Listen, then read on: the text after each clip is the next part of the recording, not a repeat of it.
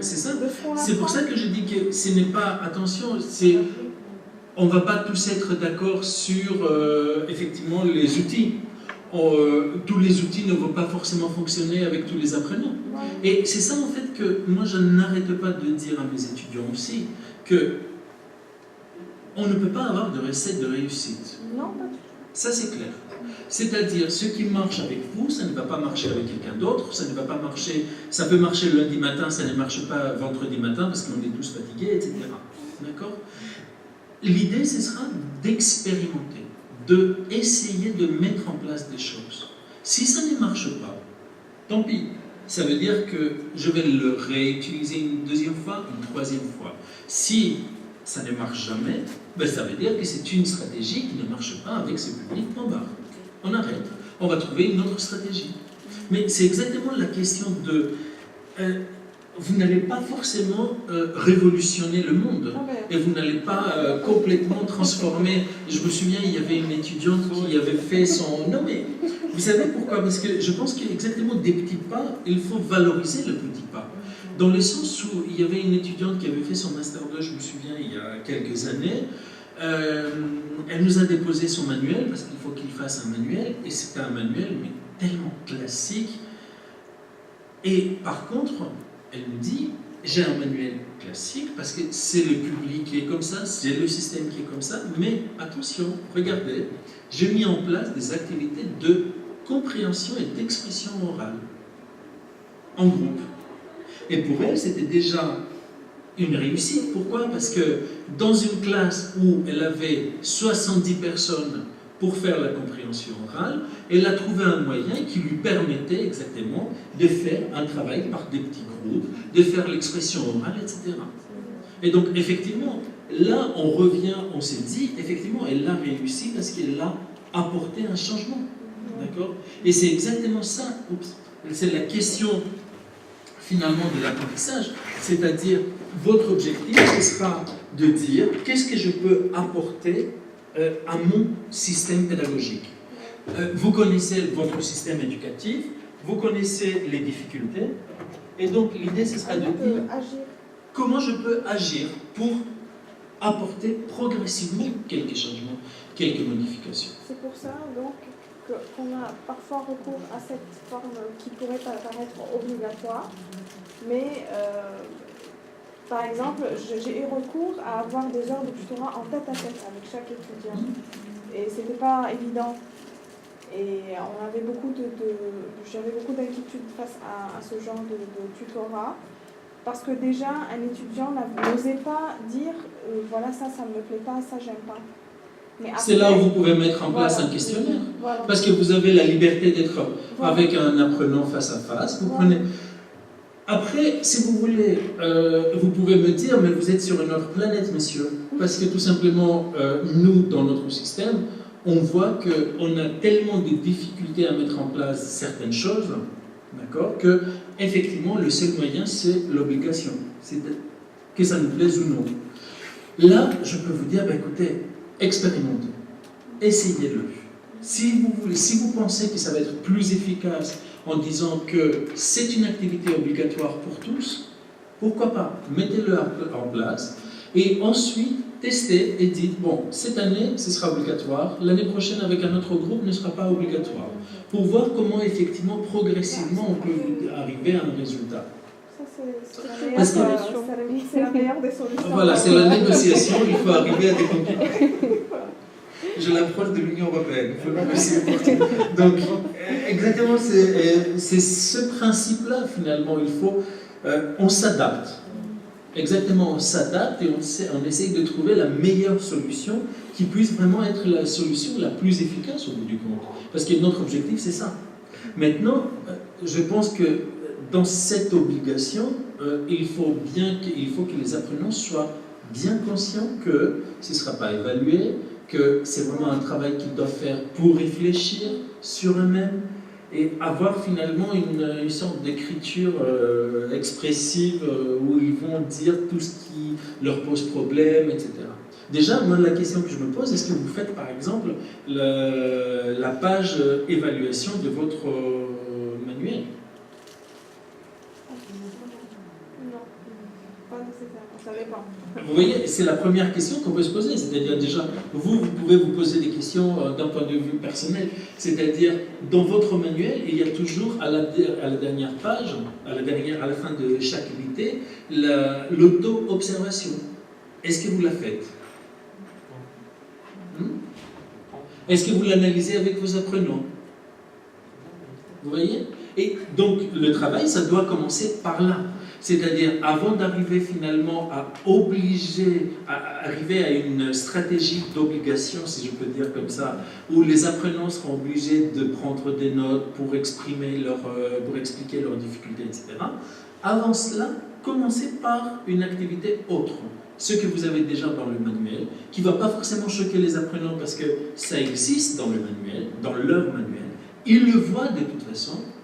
Et là, vous voyez maintenant pourquoi j'insiste là-dessus, parce que ils ont leur manuel, ils font toutes les activités, ils font tous les textes, et quand on arrive à la page auto-observation, allez hop, on tourne la page.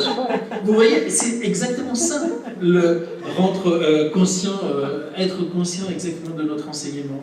Ça veut dire que pour eux, tout ce qui concerne l'auto-observation, c'est quelque chose qui n'est pas important, parce que déjà pour vous, ce n'est pas important. Et donc, à partir du moment où on fera cet exercice-là avec nos apprenants, testez-le pour voir, et après, on pourra continuer. Et si vous n'avez pas cette page d'auto-observation, essayez de la mettre en place. Et vous allez voir, c'est extrêmement intéressant de voir le retour de la part de vos apprenants. Au début, ça ne va pas être évident, ça c'est clair. Mais après, ça peut être évident. D'accord ? Et je vais exactement parce que il y a très peu de manuels qui proposent des stratégies. D'accord ? Là, je vous donne juste un exemple du manuel Nickel où vous voyez les stratégies, on va les nommer comme ça, c'est-à-dire qu'est-ce que j'enseigne à mes apprenants ? Je leur dis, attention, dans une conversation, si vous ne trouvez pas le mot dont vous avez besoin, que faites-vous ? Vous voyez, là, je les amène à réfléchir sur les stratégies de communication. Comment je fais ? Et je leur dis, par exemple, est-ce que j'utilise une expression qui me permet de gagner du temps ? Est-ce que j'utilise un mot plus simple ? Est-ce que j'explique ce que je veux dire ? Etc., etc., etc. Là, ça veut dire que vous les amenez à réfléchir sur ce qu'ils doivent dire. Je vais vous donner tout ça, donc ne vous inquiétez pas.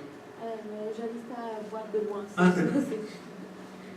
C'est-à-dire, je vais les amener à réfléchir. Et là, vous voyez en bas, il dit « Commentez vos réponses avec la classe et utilisez les stratégies qui vous semblent utiles pendant les activités de cette section. » Vous voyez ? C'est-à-dire, je vais tout d'abord réfléchir sur ce que moi je peux faire, sur ce que je fais en général. Et ensuite, tout au long de l'unité, quand je vais faire des activités avec les autres apprenants, je vais réfléchir à nouveau sur les stratégies que j'utilise. D'accord ? C'est la raison pour laquelle je dis chaque fois que ce n'est pas forcément une obligation. Je peux le faire même à l'oral et je peux réfléchir à l'oral finalement avec les autres et partager mes expériences avec les autres. Pareil, il y a une autre page où on dit comment par exemple on évalue l'oral. Là, effectivement, la question ce n'est pas d'expliquer à mes apprenants comment je vais leur donner une note pour l'oral. D'accord ? Mais c'est plutôt pour leur dire, attention, quand tu parles, quand tu fais une présentation orale, quand tu participes à un dialogue, forcément, il y a des éléments qui vont faciliter la communication. Et donc, ça veut dire qu'ils doivent être conscients, tout simplement, de cette réflexion, par exemple, le locuteur, il respecte les consignes, je peux aborder les points à traiter, j'ai une production claire et compréhensible, etc. etc. D'accord ? Vous verrez différents exemples que je vous donne. Bien évidemment, il faut dire que tout ça dépend du style d'apprentissage, dépend de plusieurs choses, dépend de l'apprenant en tant que tel, de l'âge, parce que vous en avez parlé tout à l'heure. Un enfant ne peut pas avoir les mêmes stratégies qu'un adulte, bien évidemment. Ça peut ça dépend aussi de des différentes compétences qu'on peut avoir. Un apprenant débutant, il ne va pas avoir la même réflexion qu'un apprenant, avancé, etc. En fait, je peux même vous parler d'une expérimentation. Je peux vous envoyer l'article que j'avais fait avec des apprenants, parce que en fait, je leur avais, c'était avec des apprenants à Chypre. On avait fait des entretiens, c'est-à-dire qu'il y avait un entretien et après il y avait une production orale. Et ensuite, j'ai enregistré tout ça et chacun a eu droit à réécouter sa présentation. Et l'idée, c'était pas du tout. Et c'est une activité que vous pouvez faire sans aucune difficulté. Pourquoi? L'objectif, ce n'était pas l'évaluation de la production. L'idée, c'est de leur dire, maintenant, réfléchissez, réécoutez votre document et dites-moi comment vous évaluez votre production. Quelles sont les difficultés que vous avez rencontrées lors de la production? Quelles sont les erreurs qui vous paraissent intéressantes dans votre production? D'accord? Ce n'était pas à moi de corriger les erreurs, bien évidemment. C'était à eux de dire, j'ai fait quelques erreurs, etc. Quelles étaient les erreurs les plus importantes? Quelles étaient éventuellement les erreurs qui pourraient empêcher la compréhension? Et en fait, bon, je ne vais pas vous donner tous les détails sur notre partie, mais là, l'idée, c'était exactement de les transformer exactement, de leur donner la possibilité d'être conscients exactement de leur apprentissage. C'est-à-dire, c'est la troisième partie, exactement ce qu'on a vu tout à l'heure, c'est exactement la partie de identifier ses propres erreurs, d'identifier sa propre progression, d'évaluer l'apprentissage, de réfléchir sur l'apprentissage. Autrement dit, l'idée c'était de comprendre, déjà de voir la conception des apprenants par rapport à leur propre production. C'est-à-dire, comme vous l'avez dit tout à l'heure, il y a des apprenants qui ont peur de parler. Mais pourquoi? C'est-à-dire, quand on est dans un échange entre deux personnes, ils arrivent à produire, d'accord? Pourquoi après, ils ont peur? Ou quelles étaient leurs difficultés en tout cas? De voir quelles étaient leurs erreurs et bien évidemment de voir comment ils pouvaient améliorer leur production. Et en fait, c'était très intéressant de voir exactement les réponses qu'ils ont rédigées. Parce qu'il y avait effectivement des étudiants qui disaient, déjà, le CIR, il le dit clairement, que c'est extrêmement rare qu'on s'auto-évalue. C'est-à-dire, on ne le fait pas dans nos enseignements. Et c'est dommage parce que c'est une activité extrêmement intéressante. Et vous voyez, il y avait des apprenants qui disaient, en écoutant pour la première fois l'enregistrement, j'ai pensé que c'était quelqu'un d'autre qui parlait, je m'entends plus différemment que je pensais. Bon, j'ai laissé les textes tels quels, je ne l'ai pas corrigé. Pour commencer, il faut noter que la première fois que j'avais entendu mon enregistrement, j'ai ri. C'était très bizarre de m'entendre parler en français, tant que je me suis habitué à m'entendre parler dans ma langue maternelle, le grec. D'accord? Vous voyez déjà qu'ils ont déjà un regard un peu différent par rapport à leur production. C'est-à-dire qu'ils prennent une certaine distance déjà. Et après, ils disaient, dans mon enregistrement, je constatais que j'ai fait plein d'erreurs concernant la grammaire et le vocabulaire et la phonologie aussi. Et là, vous voyez, au bout du compte, progressivement, comment les apprenants, ils commencent à évaluer leur production. Quelles sont les erreurs qui leur paraissent les plus évidentes ou les plus importantes? Et là, vous voyez, ça, on revient à une discussion qu'on a eue déjà à Alexandrie. 84% des apprenants disaient qu'ils faisaient des erreurs au niveau de la phonétique. Première obsession, la phonétique, avec les voyelles, l'intonation. Deuxième obsession, la grammaire. Est-ce que j'ai bien utilisé les temps, les prépositions, etc. Et troisième type d'erreur qu'ils avaient constaté, c'était plutôt le lexique. En fait, pourquoi je dis ça?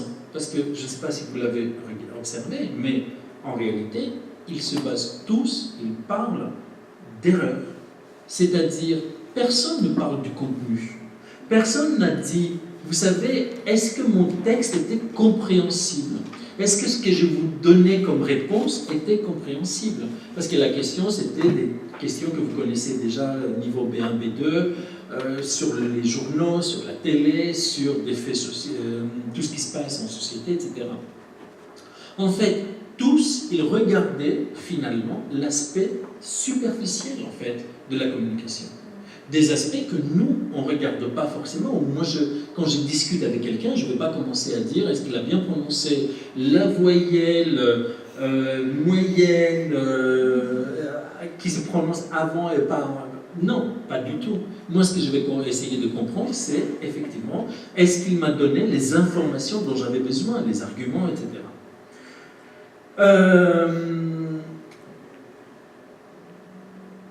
Avec, après, exactement des stéréotypes qui bloquent les apprenants.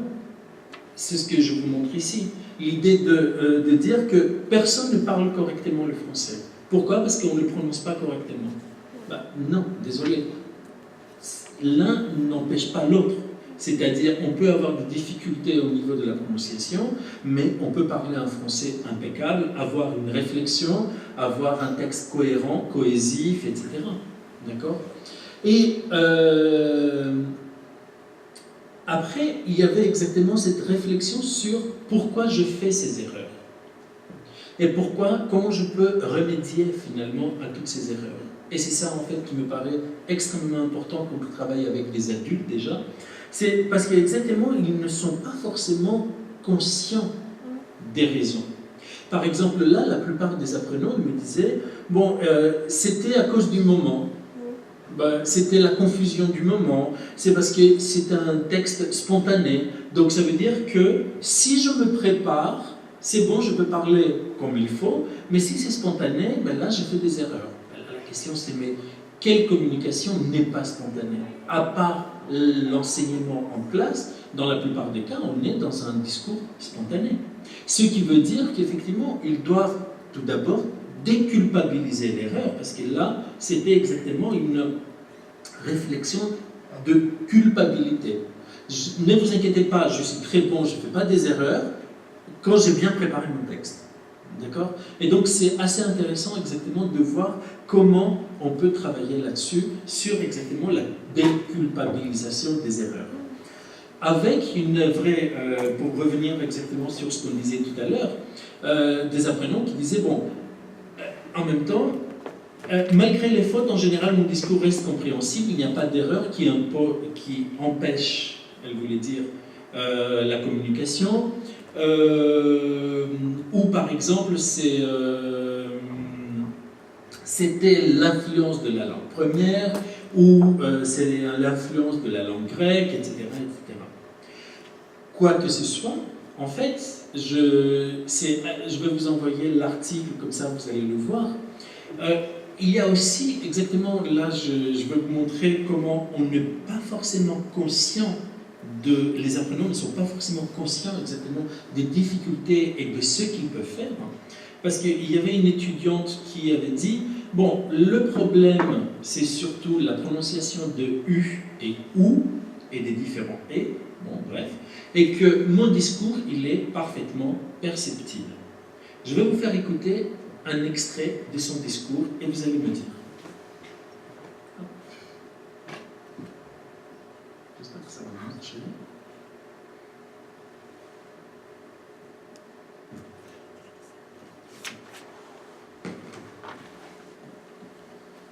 Les cours sont complètement différents là-bas. Par exemple, on a un cours à TNT dans une classe et un cours à amphithéâtre.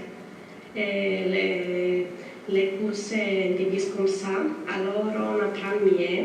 Les professeurs donnent plus de chance à un élève parce que, par exemple, si un élève ne réussit pas, il a l'opportunité de faire un travail, de le présenter en classe. Alors, vous voyez le problème maintenant, c'est-à-dire, c'est ce que j'appelle ne pas être forcément conscient de ses difficultés. Son problème, ce n'est pas seulement le U et le OU. Elle a plusieurs problèmes au niveau de la phonétique, d'accord, au niveau de la prononciation. Elle a des problèmes qui parfois empêchent la compréhension. C'est-à-dire, quand elle parle des cours en Tintin, ou je ne sais plus comment elle le prononce, en réalité, elle parle de TD, de travaux dirigés. D'accord. Et donc, du coup, effectivement, vous voyez, on comprend, ça c'est clair. On comprend parce qu'on a une compréhension globale du texte. Est-ce qu'on comprend maintenant tous les éléments qu'elle propose? Non. Et c'est vrai qu'à partir d'un certain moment, là vous avez eu 10 secondes, si je vous passe 5 minutes, il y a un moment où, effectivement, vous serez extrêmement fatigué. Un moment pour faire cet effort de compréhension. Donc du coup, effectivement, les erreurs, on peut parler de la phonétique, on peut dire, oui, au niveau de la phonétique, il y a des erreurs qui peuvent empêcher la compréhension, etc. Mais la question c'est, est-ce que je suis conscient de mes erreurs? Est-ce que je sais, finalement, en dehors de ce regard superficiel, comment je peux aller plus loin? Et de dire, voilà, je peux travailler sur mes difficultés, je peux prononcer mieux si je travaille un peu plus sur certains aspects, par exemple. D'accord?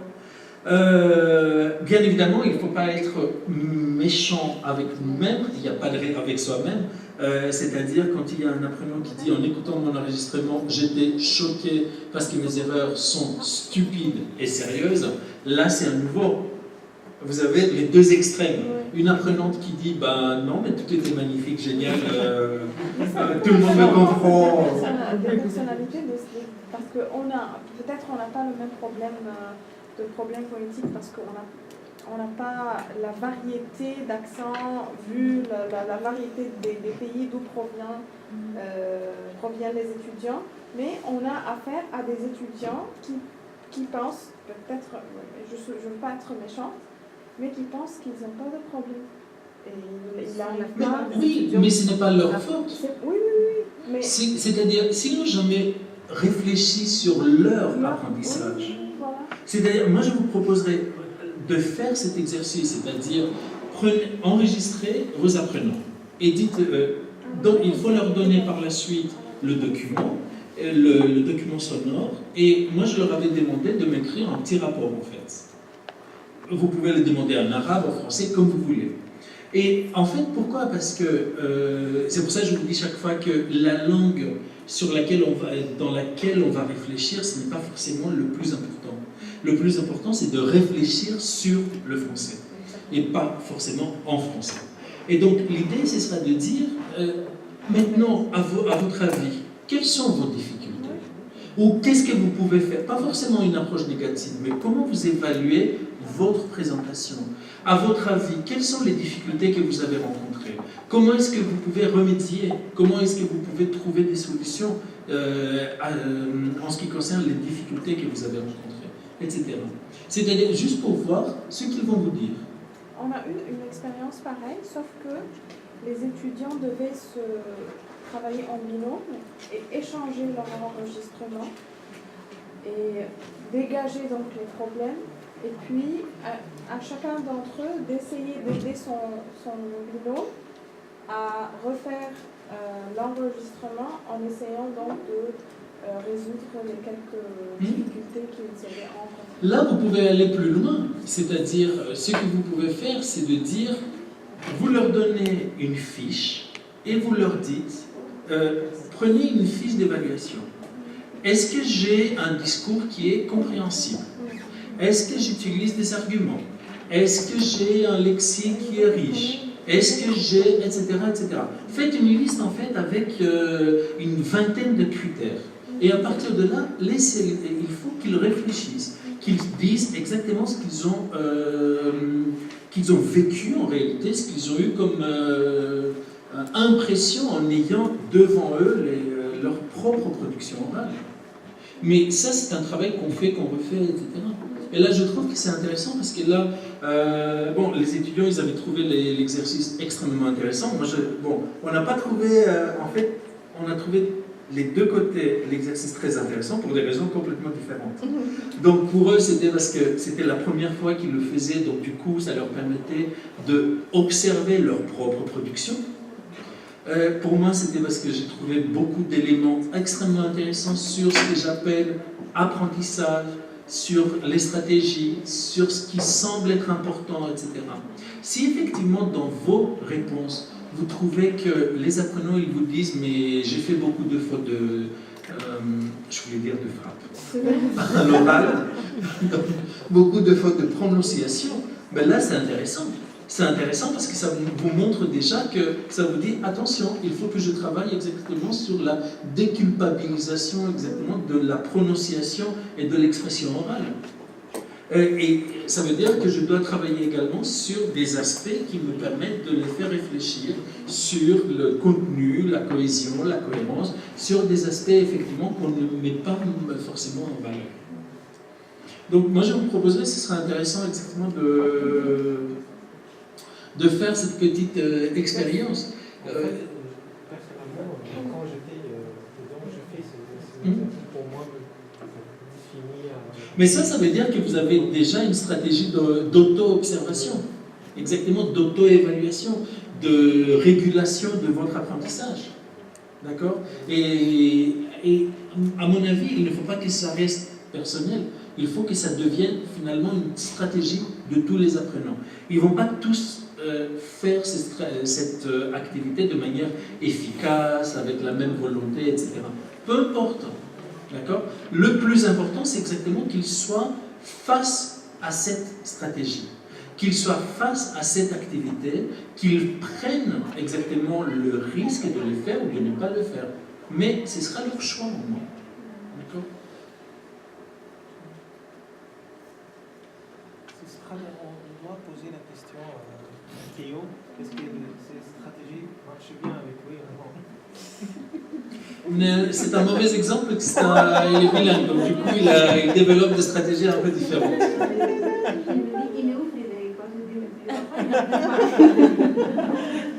Donc il faut qu'on voit. Mais non, mais les enfants, c'est vrai qu'ils développent. C'est difficile. Je pense qu'il faut vraiment réfléchir sur l'apprentissage d'une langue étrangère par les enfants.